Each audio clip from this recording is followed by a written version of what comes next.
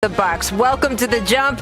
I am your host, Rachel Nichols. We've got NBA champ Richard Jefferson. We've got NBA champ Kendrick Perkins. And then we have, two-time NBA champ Chris Bosh on the line as well. Welcome to all of you friends. Now, Chris, you can't see what Perk has got on his feet, but he's got the J1s on, and I got to tell you, very crispy. Can we pan up? No, listen. Pan up immediately. Keep the camera What right happened to your there. knees, dog? Hold on, this is my moment, not my yours. fault. My fault. Look, here it is, Rachel. I will spend money on Jordans, and I know I debate the GOAT conversation. I'll go with Bron, but I just feel like I shouldn't have to go buy LeBron James shoes out of the store. I hope you're watching the show. What you want to point out, man? What moment you want? I was just wondering what happened to your knee. I fell, man. I tripped over the sign, and I fell, and I hurt myself. What you want me to say? It's a small hole in his pants. It's not a big hole. It's just a small little rip. Honestly, that'll buff out, man. That'll be fun. Oh, boy. We will discuss so much in the show, including maybe we'll get to Richard's shoes. We'll find out. First, though, let's talk a little bit about last night. You'd be surprised how many things in nature can happen in just half a second. A woodpecker, for example, can peck at a tree 10 times in just half a second. Also in half a second, a mosquito beats its wings around 300 times. For humans, it's a lot tougher to do anything in half a second, although here in Phoenix, they seem to have mastered it. Yep, forget Steve Nash's 7 seconds or less. This year's edition of the Suns operates on an offensive principle Coach Monty Williams calls 0.5, which means that whenever a guy touches the ball, he has just half a second, or 0.5, to decide whether to shoot it, pass it, or drive it.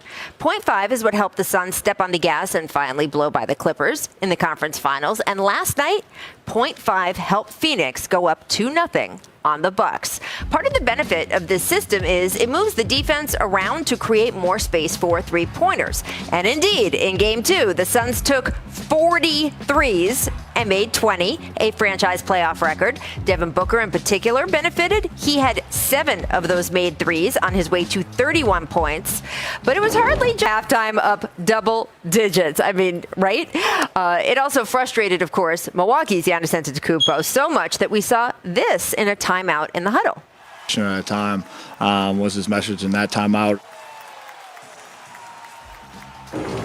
That kind of leadership and growth Giannis showed there, it's notable. Being that vocal is definitely not something we would have seen him do just a couple years ago even. Although what Giannis did on the court last night, even more impressive. Just 9 days after hyperextending his knee so badly, many feared he'd just be out for the rest of the playoffs. Giannis played 40 minutes, putting up 42 points on just 22 shots.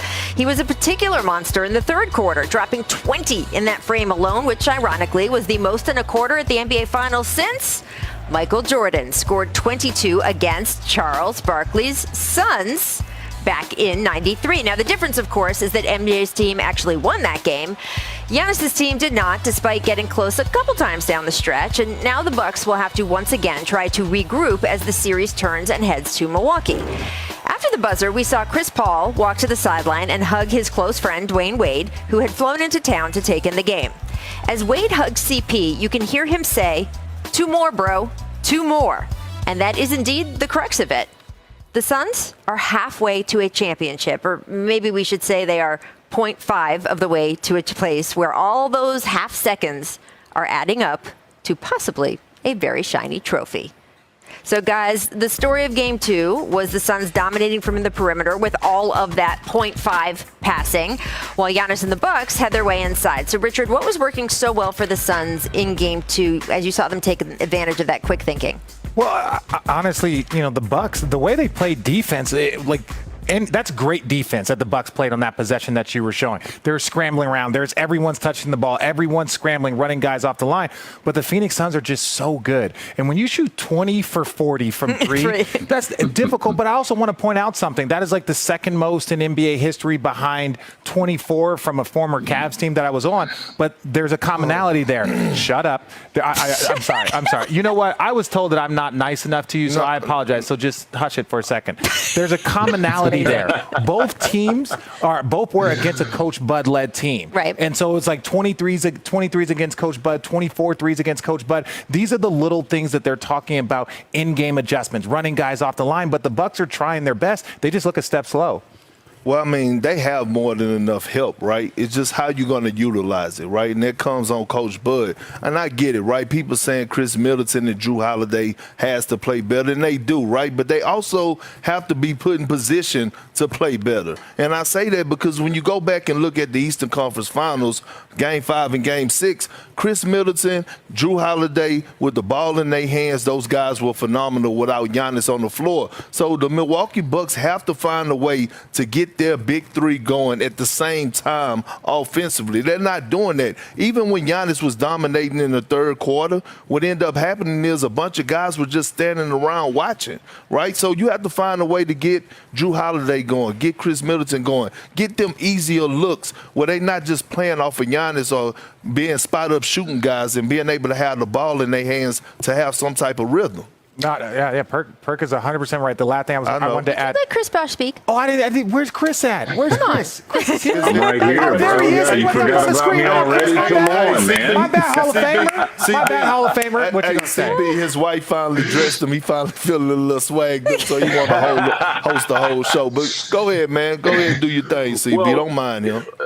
Well, I mean, look, if you're getting 60 points off of threes in the NBA Finals, you've got a good chance to win that game. The Bucks are going to have to do a better job of running them off the three-point line, like you guys were saying. But give the Suns credit. They got Book going after a game where we felt that he could have got it going a little more. He definitely responded. All those passes, of course, led by their captain and their point guard, Chris Paul. And just, I've got to give, recognition to Mr. Bridges, too. I think, 23, 27 points, something like that. If their role players are scoring 20-plus points a game and they're hitting 20-plus threes, I don't see another way that you can beat this team. You have to give credit to their ball movement. They had a great rhythm all game. And even when the Bucks cut it down to single digits, they never got rattled.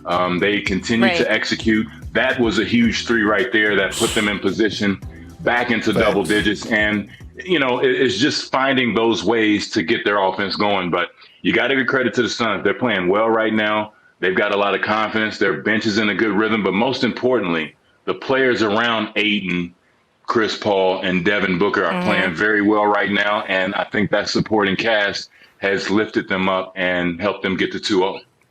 Yeah, shout out to Bridges particularly. He was just phenomenal last night. And look, Giannis was phenomenal too, right? I mean, he did everything or his part to try to carry the Bucks. We can take a look here. He dropped 42 points in 40 minutes, 12 rebounds. It was not enough, though. And here is what Giannis had to say post-game about how he was feeling physically. Again, just 9 days ago, the man hyperextended his knee. Take a listen to him here. When I'm out there, it's not about testing no more. I'm out there, I'm, trying to play, try to help my team win in any way possible. I was out there both times, and that's what I try to do.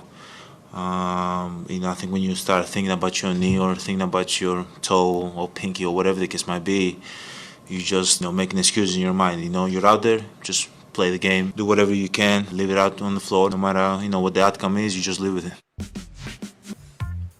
Giannis, the only Bucks player with a positive plus-minus in this series. They are a minus 27 in the 21 minutes he sat, struggling defensively in particular. So, Perk, who is it who needs to step up? Who are we asking to give Giannis more help?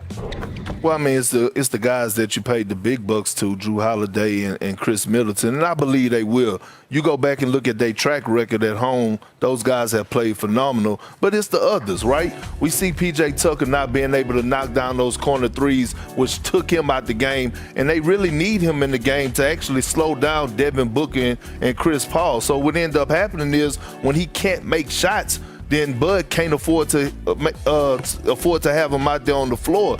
Role players will play better at home, right? I don't expect Mikal Bridges, although I believe he's a hell of a young player, I don't expect him to go into Milwaukee and drop 27 again, right? He's at home. Sure. He has the fan base behind him. They thrive off the energy, but this is why home court matters. This is why fans matter.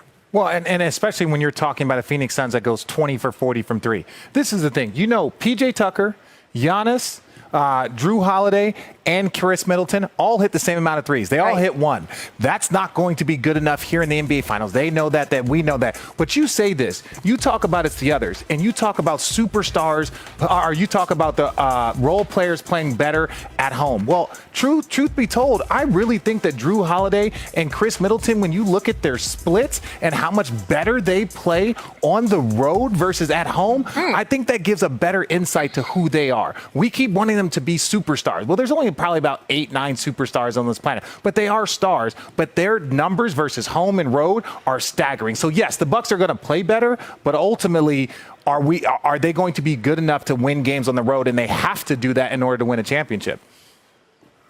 I mean, Drew Holiday, Chris Middleton, they know they have to play better. They have to play much better. I know we're in a part of the league where we shoot a lot of threes and we're in the fast-paced basketball, but it's kind of weird to see Brook Lopez out at the three-point line so much. I understand that that's in the paint. Some of those shots and those long threes might come up a little short, so I think Brook Lopez definitely has to be more of a presence in the paint. They have to figure out some way to get him some touches down there and hopefully get some easy twos. Threes are great, but me as a player, I always wanted to see the ball go in the hole first.